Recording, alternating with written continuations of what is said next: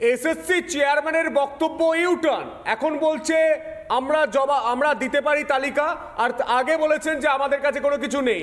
কিন্তু এই এসএসসি চেয়ারম্যানের বক্তব্যে পরিষ্কার যে এতটা দুর্নীতি হয়েছে, চাল আর কাঁকড় আলাদা করা যাচ্ছে না, মুড়ি আর মিছরি আলাদা করা যাচ্ছে না। সুকান্তবাবু রয়েছেন, অধ্যাপক মানুষ। সুকান্তবাবু, আপনার কাছে আমি সরাসরি একটা প্রশ্ন করতে চাই যে এই চুরিটা হয়েছে তা এস্টাবলিশ হয়ে গেছে, তা প্রমাণ হয়ে গেছে, কিন্তু মঞ্চে দাঁড়িয়ে বারবার বলা হচ্ছে কোনো চুরি হয়নি, কোনো প্রমাণ নেই, এটা বলা হচ্ছে।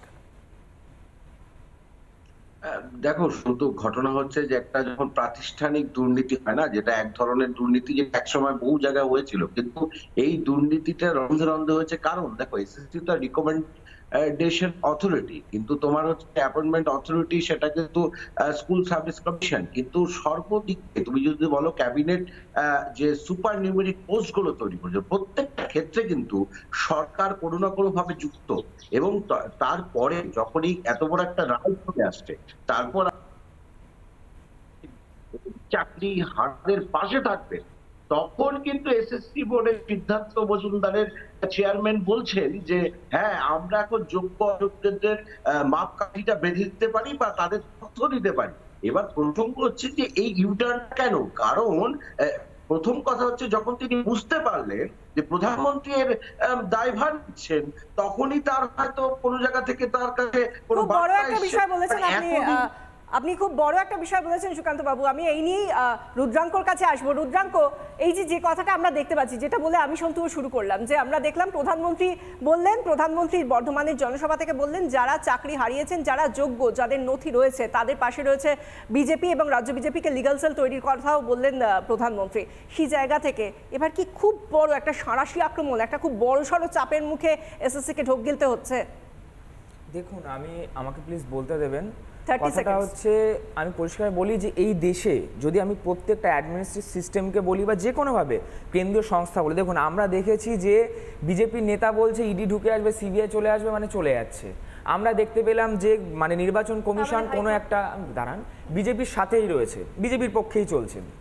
আবার আমরা দেখতে পাচ্ছি যে বিচারপতি বিশাল ভালো ভালো রায় দিচ্ছে, একদম মানে বিশাল কিছু করার চেষ্টা করছে মনে হচ্ছে। এটা শুনে আমরা একদম অবাক হচ্ছি না বিশাখা, কারণ দলনেত্রী যে সুর বেঁধে দিয়েছে সেই সুরই উদ্ধার কথা বলতে আমি সুকান্ত স্বীকার করছে ওখানে যোগ্যরা এই রায় ঠিক না। আমি সুকান্ত কাছে আসবো, কিন্তু শান্তির কাছে আসবো, শান্তির কাছে আসবো। হয়ে গেছে 30 সেকেন্ড মানে 30 মিনিট নয়। আরে কেন রাজনীতি করে লড়ে আসেন না? কেন যাদের বাড়িতে বাচ্চা তাদের কেন কষ্ট দিচ্ছে না? আমি কি বলছি?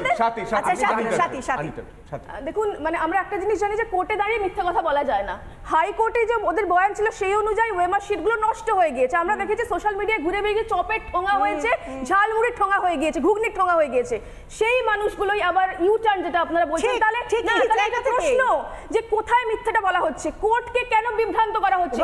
হয় তারা হাইকোর্টে দাঁড়িয়ে মিথ্যা বলেছে দুর্নীতি হয়েছে, কিন্তু দুর্নীতির দরজাটা খুললো কে? এই সিস্টেমের মধ্যে দুর্নীতিটা আনলো কে? এবং আপনার প্রতিক্রিয়া, যদি ওয়েমারগুলো নষ্ট হয়ে গিয়ে থাকে, তাহলে এক সপ্তাহের মধ্যে কোথা থেকে ওয়েমার আসবে? কোথা থেকে? এটাই পয়েন্ট।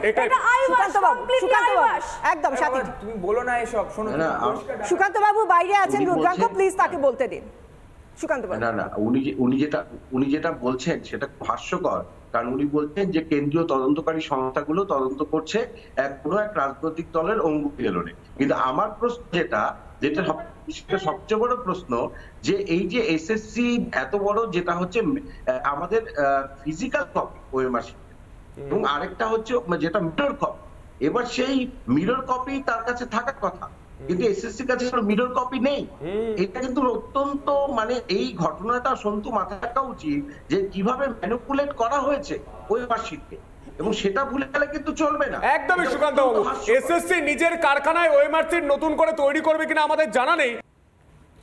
এসএসসি চেয়ারম্যানের বক্তব্য ইউটার্ন, এখন বলছে আমরা দিতে পারি তালিকা, আর আগে বলেছেন যে আমাদের কাছে কোনো কিছু নেই।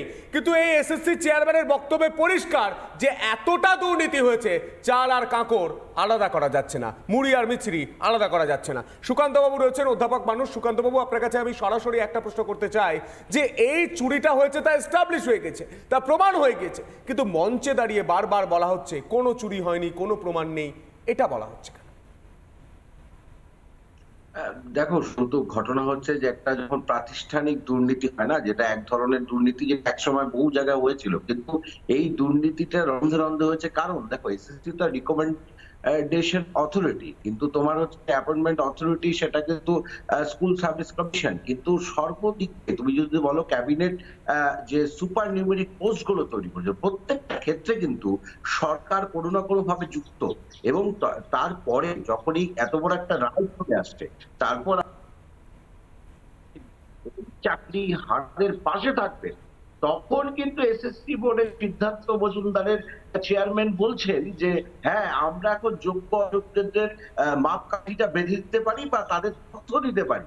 এবার প্রসঙ্গ হচ্ছে যে এই ইউটার্ন কেন? কারণ প্রথম কথা হচ্ছে যখন তিনি বুঝতে পারলেন যে প্রধানমন্ত্রী এর দায়ভার নিচ্ছেন, তখনই তার হয়তো কোনো জায়গা থেকে তার কাছে কোনো বড় একটা বিষয় বলেছেন আপনি খুব বড় একটা বিষয় বলেছেন সুকান্ত বাবু। আমি এই নিয়েই রুদ্রাঙ্কর কাছে আসবো। রুদ্রাঙ্ক, এই যে কথাটা আমরা দেখতে পাচ্ছি, যেটা বলে আমি সন্তুও শুরু করলাম, যে আমরা দেখলাম প্রধানমন্ত্রী বললেন, প্রধানমন্ত্রী বর্ধমানের জনসভা থেকে বললেন যারা চাকরি হারিয়েছেন, যারা যোগ্য, যাদের নথি রয়েছে, তাদের পাশে রয়েছে বিজেপি, এবং রাজ্য বিজেপিকে লিগ্যাল সেল তৈরির কথাও বললেন প্রধানমন্ত্রী। সেই জায়গা থেকে এবার কি খুব বড় একটা সাঁড়াশি আক্রমণ, একটা খুব বড়সড় চাপের মুখে এসএসসিকে ঢোক গিলতে হচ্ছে? দেখুন, আমাকে প্লিজ বলতে দেবেন। কথাটা হচ্ছে, আমি পরিষ্কার বলি যে এই দেশে যদি আমি প্রত্যেকটা অ্যাডমিনিস্ট্রেটিভ সিস্টেমকে বলি বা যে কোনোভাবে কেন্দ্রীয় সংস্থা বলি, দেখুন আমরা দেখেছি যে বিজেপির নেতা বলছে ইডি ঢুকে আসবে, সিবিআই চলে আসবে, মানে চলে যাচ্ছে। আমরা দেখতে পেলাম যে মানে নির্বাচন কমিশন কোনো একটা দাঁড়ান বিজেপির সাথেই রয়েছে, বিজেপির পক্ষেই চলছে। আবার আমরা দেখতে পাচ্ছি যে বিচারপতি বিশাল ভালো ভালো রায় দিচ্ছে, একদম মানে বিশাল কিছু করার চেষ্টা করছে মনে হচ্ছে। এটা শুনে আমরা একদম অবাক হচ্ছি না বিশাখা, কারণ দলনেত্রী যে সুর বেঁধে দিয়েছে সেই সুরই রুদ্রাঙ্ক কথা বলছে। আমি সুকান্ত ওখানে যোগ্যরা এই রায় ঠিক না, আমি সুকান্ত কাছে আসবো, কিন্তু শান্তির কাছে আসবো। শান্তির কাছে রুদ্রাঙ্ক হয়ে গেছে। রুদ্রাঙ্ক 30 সেকেন্ড মানে 30 মিনিট নয়,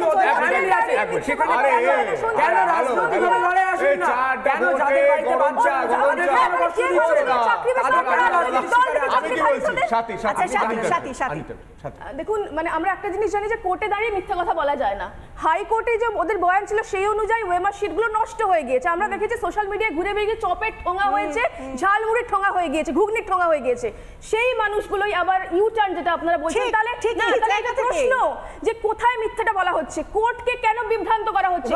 হয় তারা হাইকোর্টে দাঁড়িয়ে মিথ্যা বলেছে দুর্নীতি হয়েছে, কিন্তু দুর্নীতির দরজাটা খুললো কে? এই সিস্টেমের মধ্যে দুর্নীতিটা আনলো কে? এবং বাবু আপনার প্রতিক্রিয়া, যদি ওয়েমারগুলো নষ্ট হয়ে গিয়ে থাকে তাহলে এক সপ্তাহের মধ্যে কোথা থেকে ওয়েমার আনবে? কোথা থেকে?